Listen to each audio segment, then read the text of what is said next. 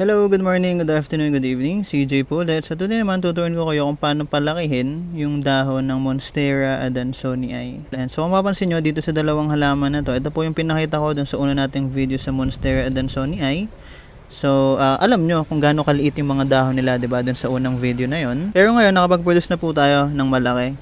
Tingnan nyo yung difference nila. And tapos may mga possible pa na mga malalaki din. Ito, lalo na to, diba? So tatlo yung kailangan nating gawin kay adansonii para mapalaki natin yung dahon. Yung first is maglagay po tayo ng fertilizer. Ayan. So mapapansin nyo dito, naglagay po ako ng Osmocote na fertilizer. So dahil doon nakapag-produce po siya ng mas malaking dahon, tapos nagpo-produce pa siya ng mas malaki pa. 'Di ba? Halos pantay sila nung dahon dito. Ayan, mas effective kasi yung i-discuss ko dito. Pero ito muna yung paglalagay ng Osmocote fertilizer. Any fertilizer pwede para lang mas maging fertile yung soil ni adansonii, 'di ba? Nang sa gayon, mas maganda yung makukuha niyang nutrients. So, ayan, 'di ba? Dahil maganda yung nutrients, sobrang ganda ng ugat na pinapatubo. So, aerial roots lang 'yan, naghuhukay na. Kapal niyan para sa aerial roots. Ayan, 'di ba? So nagiging ano na siya, talagang soil roots. Ayan, so sobrang healthy dahil sa fertile na soil.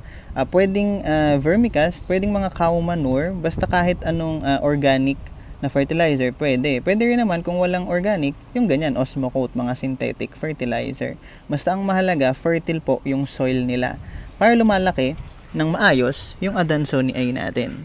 Pag gagamit po kayo ng fertilizer kay adansonii, make sure po na hindi po tayo mag-over-fertilize sa kanya. Kasi kapag nag-over-fertilize po tayo kay adansonii, mahangin, yung mga dahon po niya is nagiging brittle. So pwede pong maglasog-lasog or mapunit yung dahon niya kapag naging brittle naman over water to. So, iwasan lang po natin na maging over-fertilized yung adansonii natin. So, dahan-dahan lang. Kapag mga synthetic na fertilizer, siguro mga once a month, pwede na yun. Diba? Mas maganda yung organic kasi yun talaga tumatagal ng up to 3 to 4 months eh. Pero Osmocote, ganun din naman, 3 to 4 months ang tagal yan, basta naglagay tayo. Ganun lang, ingat-ingat lang sa paglalagay ng fertilizer. Basta nakapaglagay na po tayo, okay na yun. Good for at least 1 month na yun. So, yun po yung first, kailangan lang natin mag-fertilize, gawing fertile yung pinakalupa niya. Yung second naman, mas effective sa kanya is enough sunlight or enough light requirements para kay adansonii. Kung papansin nyo dito, is mas malaki yung pot niya, 'di ba? Compare dito. Yung iba ang sasabihin, mas malaki yung pot nito kaya mas malaki yung dahon. Ito pala. Ito yung mas malaking dahon compare dito. Sa trailing plants, hindi po masyadong nakakaapekto yung size ng pot. Mas maayos nga sa ibang halaman pa na mas malaki, mas maliit yung pot, mas maganda para sa development ng halaman kasi magfo-focus lang po siya sa pagpapalaki mismo ng katawan. Kasi kapag mas malaking pot, magfo-focus siya na punuin ng ugat yung pot niya. Ayan. Papansin yun sa mga rubber plant.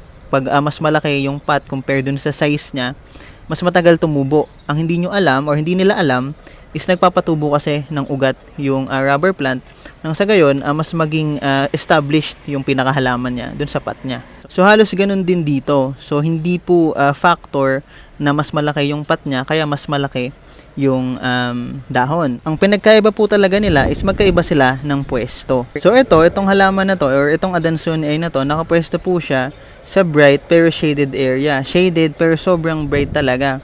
Lasap na lasap niya yung liwanag ng araw. Pero hindi talaga direct sunlight kasi baka naman makasunog sa kanya yon, 'di ba?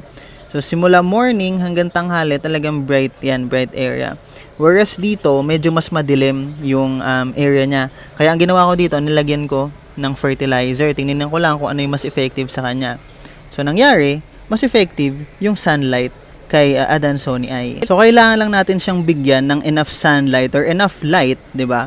Para makapagpalaki ng dahon niya or makapagpatubo actually ng ayos. So, bakit ganon? Ang explanation po doon is aanuhin mo nga naman yung fertile na soil or mga fertilizer kung hindi ka naman nakapag-photosynthesis ng ayos. 'Di ba?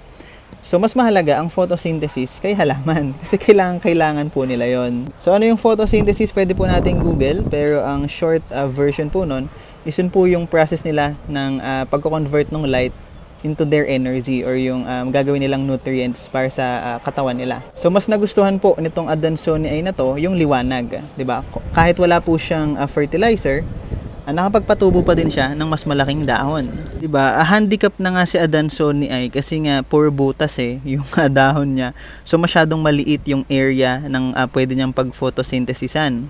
Tama ba yung term ko? Pero ganon, mas maliit na area, mas mabagal sana sa pagtubo, 'di ba? Konti lang yung nagfo-photosynthesis na area sa kanya kasi nga butas-butas. So kailangan natin silang bigyan ng enough sunlight talaga. Pero wag direct kasi madali nga pong masunog yung mga dahon nila. So yun lang, kailangan nyo lang pong mag-fertilize. Tapos next is photosynthesis or yung liwanag pala, sorry, kailangan yung bigyan ng enough sunlight si Adansonii ay. Last na kailangan nating gawin para lumaki yung dahon ni Adansonii ay. Ayan. Ito applicable to sa lahat ng halaman. Literal na sa lahat ng halaman, pwede po natin tong gawin para lumaki yung mga dahon nila. So kailangan lang po natin silang hayaan na lumaki. Huwag po natin silang gagalawin.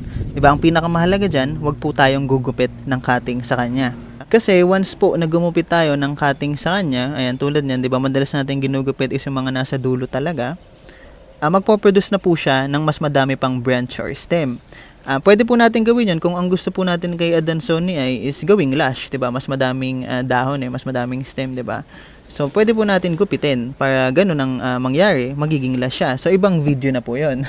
Pero kung gusto nating hayaan na lumaki yung dahon niya, hahayaan lang po natin na lumaki siya, wag tayong magkakat ng cuttings. Kasi nga kapag nagkat tayo dito, 'di ba? Isa 'yan isang cuttings na 'yan Kapag kinat natin siya dito banda, ayan, dito. Magpo-produce po yan ng 2 hanggang 3 stem, magba-branch out po yan. So mas magmumukha siyang lash, pero yung dahon niya mas maliit kasi magfo-focus po siya ngayon sa volume or quantity ng mga dahon at stem niya.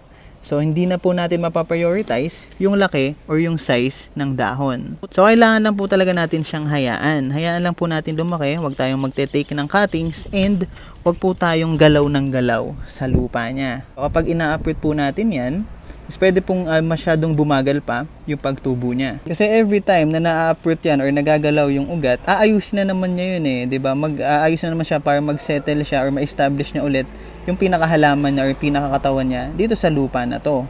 So wag po natin silang gagalawin. Hayaan lang po natin silang manahimik. Kung gusto niyo po na kumuha ng cuttings or magpadami, doon lang po sa isang halaman. Kung gusto niyo po ng mas malaking dahon dito sa Adansonii ay, hayaan niyo lang po siya. 'Di ba? Bumili kayo ng ibang halaman or ibang Adansonii ay na gusto niyong gawing lash. Pero kung ang target niyo po talaga is mas malaking dahon, hahayaan lang po natin siyang lumaki. Okay? Wala tayong gagawin sa lupa. Wala din tayong gagawin sa kanya. Wala tayong cuttings na kukunin. So, ganun lang po palakihin yung dahon ni Adansonii ay, 'di ba? Wala namang masyadong magic, 'di ba? Walang masyadong special na ginagawa. Kailangan lang mag-fertilize or mas effective sunlight exposure, and hayaan na po natin silang lumaki mag-isa. Gagawin ko po ng video kung paano naman siya gawing lash. Ibang video na po yon siguro sa susunod. Pero sa ngayon, yun lang po muna. Sana nakatulong to. Sana nagustuhan nyo. Kung may request, pa-comment na lang po. Palike na lang, saka pa-subscribe. Maraming salamat po. Si EJ po ulit. Thank you.